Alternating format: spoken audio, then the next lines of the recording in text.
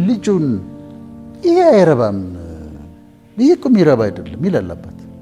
ይሄ የሚረባ እኮ አይደለም፣ የነ ከሌ ልጅ አታይም፣ ይሄ እኮ አይረባም ይለዋል፣ ይናገርበታል፣ ያውጅበታል። አትረባም ብሎ አዋጅ ያውጅበታል። ምን እያደረገ እንደሆነ አያውቅም። እንዴት እየጎዳው እንደሆነ ሰልፍ ኮንፊደንሱን የወደፊት ሰልፍ ኮንፊደንሱን እንዴት እየገደለው እንደሆነ አያውቅም። ጭንቅላት ውስጥ ይሄ ልጅ ስቆ ግን ሳብኮንሺየስሊ በቃ ኮንፊደንስ እንዲያጣ ነው የሚሆነው። ሺ ቶልድ ሂም ደጋግማን የነገረችው አንተ እብድ ነህ ብላ፣ አንተ አእምሮ በሽተኛ ነህ እያለች ደጋግማ ነግረዋለች። ታመመ ሰው አክቹዋሊ ቆይቶ ሞተ ራሱ። ቃላት ይገላሉ። ቃላት የአእምሮ በሽታ ያመጣሉ። ይህንን በማውራታችን በጣም ነው ደስ ያለኝ። ለመሰለሽ ፍቅር በኃይለስ በጣም አስፈላጊ ነው። የአንድ ጊዜ ሳይሆን የህይወት ዘመናችንን እድል ፈንታ ሊወስን የሚችል ጉዳይ ነው። ከአንደበታችን የሚወጡ አዋጆች በጣም ኃይል አላቸው። ለምሳሌ በእኛ አገር ሰዎች በራሳቸው ላይ የሚያውጇቸው አዋጆች አሉ። እኔ እድለቢስ ነኝ ትላለች። እኔ እድለቢስ ነኝ ደጋግማ ነው ይሄን የምትለው አንዷ። እኔ ገድ የለኝም ገደቢስ ነኝ። እኔ እግሬ እርጥብ አይደለም እኮ በቃ የሚሄድበት እኮ ነው የሚበላሸው። እኔ እግሬ እኮ እርጥብ አይደለም። ያኛው ደግሞ እኔ ሰው አይወደኝም እኮ ሰው አይወደኝም፣ በፍጹም ሰው አይወደኝም ይላል። ሰው አይወደኝም። እኔ መቼ ይሳካልኛል ብለሽ ነው? እኔ እኮ አይሳካልኝ፣ የኔ ነገር መቼ ይሳካል ብለሽ ነው? አይሳካም፣ ፍጹም አይሳካም። ለኔ ሲሆን ነገር ሁሉ ይጠማል እኮ። ሁሉ ጊዜ ነው እኮ ነገር የሚጠመው። ለኔ ሲሆን ሁሌ ነገር እንደጠመመብኝ ነው ይላሉ። ከዛ ምን ይሆናል? እውነትም ገደቢስ ትሆናለች፣ እውነትም እድለቢስ ትሆናለች፣ እውነትም ሰው አይወደውም፣ እውነትም አይሳካለትም፣ እውነትም ነገር ይጣመምበታል። ማን ይሄን ያወጀበት? ራሱ በአንደበታችን የምንናገረው ነገር፣ አምነን የምንናገረው ነገር፣ በተለይ በልባችን አምነን የምንናገረው ነገር በህይወታችን አፌክት ያደርገናል። እኔ እድለቢስ ነኝ፣ እኔ አይሳካልኝም፣ እኔ ሰው አይወደኝም፣ እኔ ጠማማ ነው እድሌ፣ እኔ ማይሆን ምል ከሆነ ጠማማ ይሆናል እድሌ፣ አይሳካልኝም፣ ሰዎች አይወዱኝም፣ የተናገርኩት ነው የሚሆነው። ይሄ ድል በደንብ ማወቅ አለብን። በልጆቻችንም ላይ የምንናገረው ነገር እንደዛው ነው። በራሳችን ላይ እንናገራለን። አይሽ ፍቅር ወላጆች ልጆች ላይ ስልጣን አላቸው ከፈጣሪ የተሰጠ። እኔ ልጆቼ ላይ የምናገረው ነገር እጅግ በጣም ወሳኝ ነው። እንደ አባት በልጆቼ ላይ የምናገረው ነገር በጣም ወሳኝ ነው። ልጆቻችን ምን እንላለን? ሰዎች ምን ይላሉ? ይሄ በስልጣኑን የምታየው መቼ መሰለሽ? እናት ያዘነችበት ልጅ አይተሽ ታውቂያለሽ? እናቱን ሲያስለቅስ ያደገ ሲያድግ በጣም ከባድ ነው የሚሆነው። በስቃዩን ነው የሚያው። እኔ በህይወት ዘመን አይቻለሁ። እናት ያለቀሰችባቸው ሰዎች ትላልቅ ከሆኑ በኋላ ዘመናቸው በስቃይ ነው የሚያልፈው። እናት አትዘን እና እናት በተለይ አልቅሳ ከረገመችውማ በጣም ከባድ ነው። ስልጣን አላት፣ የመባረክ የመርገም ስልጣን አላት እናት። እና በትክክለኛው መንገድ ማለት ነው። አሁን ልጁን ይሄ አይረባም፣ ይሄ እኮ የሚረባ አይደለም ይላል አባት። ይሄ የሚረባ እኮ አይደለም፣ የነ ከሌ ልጅ አታይም፣ ይሄ እኮ አይረባም ይለዋል፣ ይናገርበታል፣ ያውጅበታል። አትረባም ብሎ አዋጅ ያውጅበታል። ታያት እባክሽ፣ እሷ ከንቱ ነች፣ እቺ እኮ ከንቱ ነች፣ እኔ እናንተና ልጆች ተመልከች፣ እናንተና እቺማ ከንቱ ማትረባ ነች ይላሉ። ከንቱነትን ታውጅባታለች እናቷ። ያንተን መጨረሻህን ባሳየ ምን ይሆን የምትሆነው? እንደው አንተ ምን ይሆን የምትሆነው አንተ እንደ አንተ መጨረሻ ባሳየ ይሏቸዋል ልጆቻቸውን። በጣም ከባድ ነው። እሱ ትምህርት አይገባውም መቼም ትምህርት አይገባህም አንተ ምንም አይገባህም፣ በቃ ብትተው ነው የሚሻለው ይላል ወላጅ ልጆቹ ላይ። በኃይል ዴንጀረስ ነው። ከዛ ማለት እሱ ደንቆሮ ነው ይላሉ። እነዚህ በልጆች ላይ የታወጁ አዋጆች ናቸው። ይሰራሉ። አባት ሲናገራቸው ይሰራሉ። እናት ሲናገራቸው ልጁ አድጎ ራሱ ካልሰበራቸው በስተቀር እነዚህን አዋጆች በሌላ አዋጅ እስካልቀየራቸው ድረስ በጣም ከባድ ነው እና ልጆቹ ምን ይሆናሉ? የማይረቡ መጨረሻቸው የማያምር ትምህርት የማይገባው አባትየው ያለው ነገር ልጁ ላይ ይሆናል። እናትየው ያለችው ነገር ልጇ ላይ ይሆናል። ስለዚህ ከአንደበታቸው የሚያወጡትና የሚያውጁት ነገር በጣም ወሳኝ ነው። አሁን ኳንተም ፊዚክስ ነው የሚባለው። ኳንተም ፊዚክስ የሚነግርሽ ምንድን ነው? ቶት ራሱ ሀሳብ ራሱ ኢነርጂ ነው። ስለዚህ አእምሮ ውስጥ ያለ ሀሳብ ኢነርጂ ነው። ያንን ሀሳብ በአንደበቴ በቃላት ሳወጣው ሴም ኢነርጂ ነው የሚወጣው።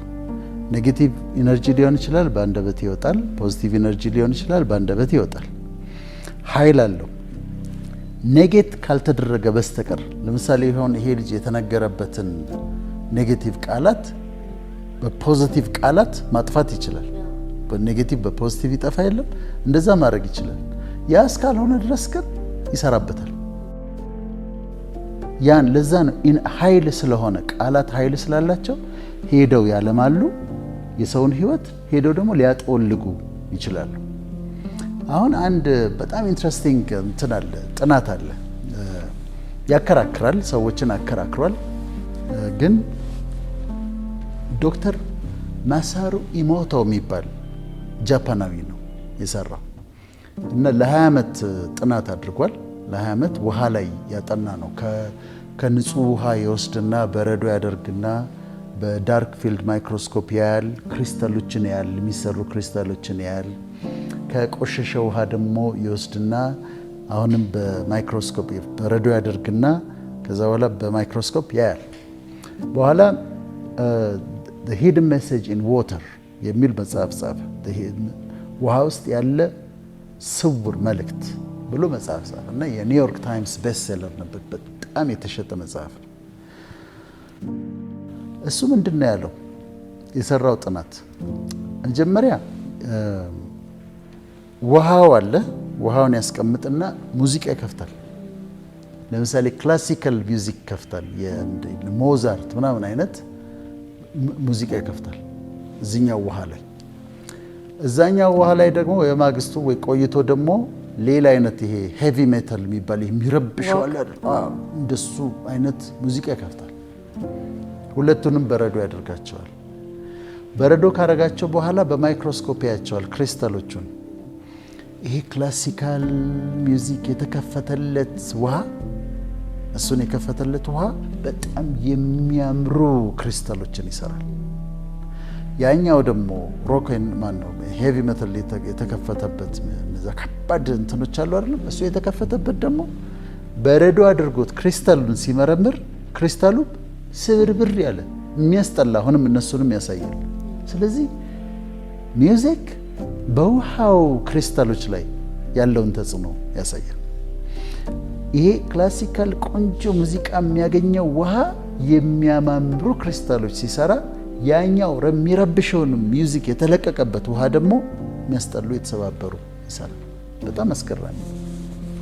ይሄ ብቻ አይደለም፣ ጸሎት የተጸለየበት ውሃ እንግዲህ አሁን እሱ ጃፓኒዝ ነው እና አንድ ውሃ ጸሎት ሲደረግበት ውሃው ላይ ሲጸለይበት ከዛ በኋላ የተጸለየበት ውሃ በረዶ እንዲሰራ አድርጎ ክሪስታሎቹን ስታያቸው እንዴት እንደሚያምሩ ማመናች አሁንም ያሳይልናል።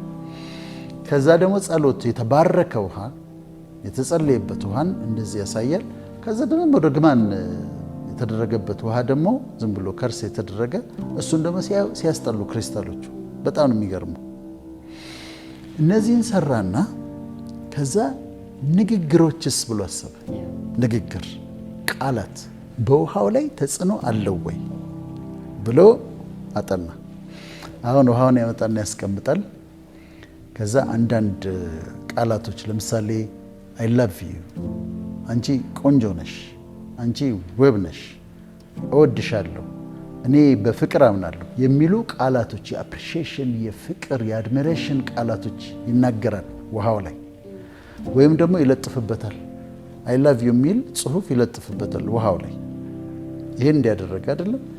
እዚህኛው ላይ ደግሞ አይ ሄት ዩ፣ ልገልህ እፈልጋለሁ፣ በጣም ነው ምጠላህ የሚል ቃል ይናገርበታል ውሃው ላይ።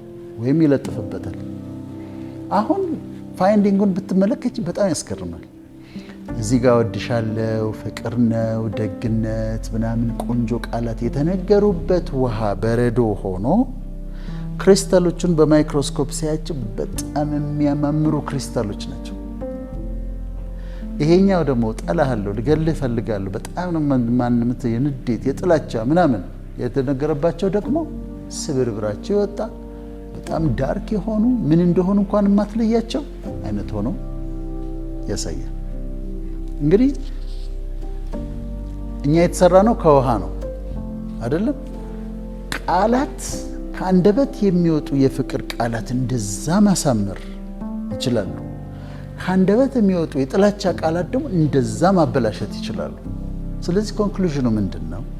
ከአንደበታችን የምናወጣቸው ቃላቶች፣ የምንሰማቸው ቃላቶች እኛ ላይ ያን ያህል ተጽዕኖ አለባቸው፣ ማድረግ ይችላሉ። ምክንያቱም እኛ የተሰራ ነው ከውሃ ነው። 67% ውሃ ነን። ስለዚህ ውሃችን ላይ ነው የምትናገሪው። አሁን ለዚህ ነው በራሳችን ላይ የምናወጣቸው አዋጆች፣ በራሳችን ላይ የምናገራቸው ዝም ብዬ ነኝ፣ ማልሳካልኝ ነኝ፣ እኔ ማረባ ነኝ፣ እኔ እድለቢስ ነኝ፣ እኔ ምን እያልኩኝ ከተናገርኩ እኔ ላይ የሚያመጣውን ተጽዕኖ ይሄ። አሁን ይሄ ጃፓናዊ ሳይንቲስት ዶክተር ማሳሩ አንዳንዶች ሲዩዶ ሳይንቲስት ነው ይሉታል፣ ቢዝነስማን ስለሆነ ግን ኢንትረስትድ ስለሆነ ነው 20 ዓመት ያጠናው። ሌሎች ደግሞ ይቀበሉለታል፣ በጣም ተደንቀው ነው። ለዚህ ነው መጽሐፉ በሚሊየንስ የተሸጠው። እና ስታስቢው ግን በጣም አስገራሚ ነው። እኛ ከሚገባን በላይ ቃላቶች ኃይል አላቸው። በጣም መስበር ይችላሉ፣ በጣም መጠገን ይችላሉ። በራሳችን ላይ የምናውጃቸው ነገሮች፣ የምናገራቸው ነገሮች ኃይል አላቸው። በጣም ከመጠን በላይ ኃይል አላቸው። እና ዛሬ ማድረግ የምንፈልገው ምንድን ነው? የምናውጃቸው አዋጆች እንዲስተካከሉ በራሳችን በልጆቻችን ላይ። እኔ አሁን ዘመዶች እሰማለሁ። ዘመድ ይመጣል፣ አክስት አጎት ይመጣል። አክስት አጎት ይመጣና እንዴ አንቺ እናትሽ ቆንጆ፣ አባትሽ ቆንጆ፣ እህቶችሽ ቆንጆ፣ አንቺ እንዴት ነው ፉንጋ የሆንሽው ይሏታል። በመጡ ቁጥር አክስትየው ይሄንን ይሏታል። ትስቃለች። እሷ ግን የሚያመጣባት ተጽዕኖ ግን ቀላል አይደለም። እኔ የምለው አባትህ ረዥም፣ እናትህ ረዥም፣ ወንድሞችህ ረዥም፣ አንተን ምንድነው እንደዚህ ያሳጠረህ ይለዋል። አጎትየው መጡ። ምን እያደረገ እንደሆነ አያውቅም። እንዴት እየጎዳው እንደሆነ ሰልፍ ኮንፊደንሱን፣ የወደፊት ሰልፍ ኮንፊደንሱን እንዴት እየገደለው እንደሆነ አያውቅም። ጭንቅላት ውስጥ ይሄ ልጅ ስቆ ግን ሳብኮንሽስሊ በቃ ኮንፊደንስ እንዲያጣ ነው የሚሆነው። በልጆች ብቻ አይደለም፣ ትዳር ጓደኞች። እኔ የማውቀውን ነገር ልንገርሽ፣ በደንብ ማውቃቸው ቤተሰቦች ናቸው። እና ሲጣሉ ሁል ጊዜ ሚስት ምን ትለዋለች? አንተ አእምሮህ ጤነኛ አይደለም ትለዋለች። በተጣሉ ቁጥር ነው የምትለው። እኔ እኮ ነግሬሃለሁ፣ አንተ እኮ እብድ ነህ፣ አእምሮህ ጤነኛ አይደለም። ደጋግማ ነው የምትለው። አንተ እብድ ነህ፣ አእምሮህ ጤና አይደለም፣ ነግሬሃለሁ እኔ። ጠንክራ ነው ደግሞ የምትለው። በኋላ ምን ሆነ? አእምሮን ታመመ። ባልየው አእምሮን ታመመ። አማኑኤል ገባ። ሺ ቶልድ ሂም ደጋግማን የነገረችው አንተ እብድ ነህ ብላ፣ አንተ አእምሮ በሽተኛ ነህ እያለ ደጋግማ ነግረዋለች። ታመመ ሰውዬ። አክቹዋሊ ቆይቶ ሞተ ራሱ። ቃላት ይገላሉ። ቃላት የአእምሮ በሽታ ያመጣሉ። ቃላት እስከ ሞት ድረስ ያደርሳሉ። እኔ ይህንን ስቶሪ በደንብ ነው የማውቀው፣ ምክንያቱም ልጁን አውቀዋለሁ። ልጁን በደንብ አውቀው ነበር እና ሲታመም ሁሉ አገኘው ምናምን ብለውኝ ውጭ ነበርኩኝ፣ ላገኘው አልቻልኩም። ግን ደጋግማ ነግረው ነው። ሚስቱ ወፍራ እንግዲህ ልጆች ወልዳ ነው የወፈረችው አይደል? የራሱ ልጆች እኮ በማህፀኗ ተሸክማ ነው የወለደች። ኧረ እባክሽ አንቺ ቀንሺ ይላታል ደጋግሞ። ኧረ እባክሽ ቀንሺ፣ ደም ብዛት ነው የሚይዝሽ፣ ስኳር ነው የሚይዝሽ ይላታል። በየጊዜው ቀልድም እየመሰለው መጫወታም እየመሰለው አንቺ በጣም ወፍረሻል እኮ፣ ኧረ ቀንሺ እባክሽ፣ በቃ ደም ብዛት ነው አንቺንም የሚይዝሽ፣ ስኳር ነው የሚይዝሽ ይላታል። ከተወሰነ ዓመት በኋላ ደም ብዛት አላት፣ ስኳር አላት። ባሏ የሚናገረው ነው። ደጋግሞ የነገራት ነው። ኃይል አለው። አንድ ልጅ እኔ የማውቀው ሌላ ሰው አንድ ጊዜ የኮሌጅ ተማሪ ሆኖ አንዲት ልጅን ለፍቅር ጥያቄ ጠየቃት። ከዛ አንደኛ በጣም አዋረደችው። ከዛ ከጓደኞቿ ጋር ከሴቶች ጋር ሆነው ደግሞ በጣም ሳቁበት። መልካም ደስ የሚል ሰው ነው። ሳቁበት፣ አሾፉበት፣ ተናገሩት። አንተ እኮ እንዲህ ነህ አሉት ምናምን። ሰውየው አሁን 65 ዓመቱ ነው። ሚስት አላገባም። ሴት ለፍቅር ጥያቄ መጠየቅ ሞቱ ነው፣ ጭንቀቱ ነው። ምንድን ነው የሆነው? እዛ ጋር ዩኒቨርሲቲ መጀመሪያ ዓመት ተማሪ ሆኖ የሞከራት ሴት የፍቅር ጥያቄ ያቀረበችላት ሴት የተናገረችው ቃላቶች፣ ከዛ ባገኙት ቁጥር ደግሞ በግሩፕ ሆነው ሴቶቹ እሱን የተናገሩት ቃል አድርጎበት አሁን ሴትን ለፍቅር ጓደኝነት ለመጠየቅ አይችልም። 65 ዓመት ነው ሆኖታል። አላገባም። አለማግባቱም ታዩ እንደው እጮኛም ኖሮትም አያውቅ። ስለዚህ ይሄን ያህል ኃይል ካለው ቃላት ይሄን ያህል ኃይል ካላቸው እንዴት መጠንቀቅ አለብን? ሰዎችን እንዳንጎዳ፣ ከዛ ደግሞ እኛም ደግሞ እንዳንጎዳ። ሰዎች አንዳንድ ነገር በሚነግሩበት ጊዜ እሰብረዋለሁ። እኔ አንዳንድ ነገር ሲናገሩ አሟርተው ያውቃሉ ሰዎች እኔ ላይ አይ በቃ እሱ እንትን ብሏል እንደዚህ ነው ምናምን እግዚአብሔር ይቀጣዋል ብለው ያውቃሉ። ዝም ብሎ እንደዚህ መንፈሳዊ አካባቢ። ከዛ እኔ ደግሞ ያንን ገለብጠዋለሁ። ምን ይሆኝ ነው? ሰብረዋለሁ። እንትን ነው ይሞታል ሲሉ እኔ በህይወት እኖራለሁ እላለሁ። አይ እድሜው አጭር ነው ካሉ እኔ 90 ምናምን ድረስ ነው እንደው ምኖረው እላለሁ። እንደው አስረዝመዋለሁ እስከ 91 ዓመቴ እኖራለሁ እላለሁ። ዝም ብለው ከመሬት ተነስቶ አሞታል እኮ ምናምን ካሉ እኔ ጤነኛ ነኝ ብዬ አውጃለሁ። አዋጅን በአዋጅ ታውጃለሽ፣ ንግግርን በንግግር ትሰብሪያለሽ።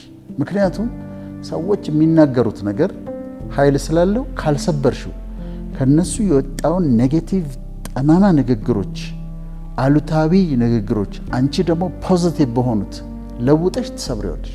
ይቻላል እንደዛ ኢነርጂን በኔጌቲቭም በፖዚቲቭ ማጥፋት ይቻላልሽ። እና እኔ አንዳንድ ነገሮች ሲነገሩብኝ ዝም ብዬ አላይም፣ ሄጄ በተቃራኒው ሰብረዋለሁ። ያላሰብኩት እንደውም ያሳስብኛል።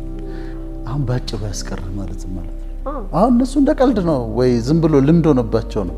ባጭሩ ያስቀርሽ፣ ይድፋሽ። ካየሽው እስካልደረሰ ድረስ እኔ እስካላነበብኩት ድረስ አፌክት አያደርገኝም። በአጋጣሚ ከሰማሁት ግን አፈርሰዋለሁ። የግድ ማፍረስ አለብኝ። ገልብጨው አፈርሰዋለሁ። አንተ ስተሃል ሲለኝ እኔ ቀጥታው መንገድ ላይ እየሄድኩ ነው እላለሁ። አንተ እንዲህ ነው እያጠፋህ ነው ሲለኝ እያለማሁ ነው እላለሁ። ማፍረስ አለብሽ።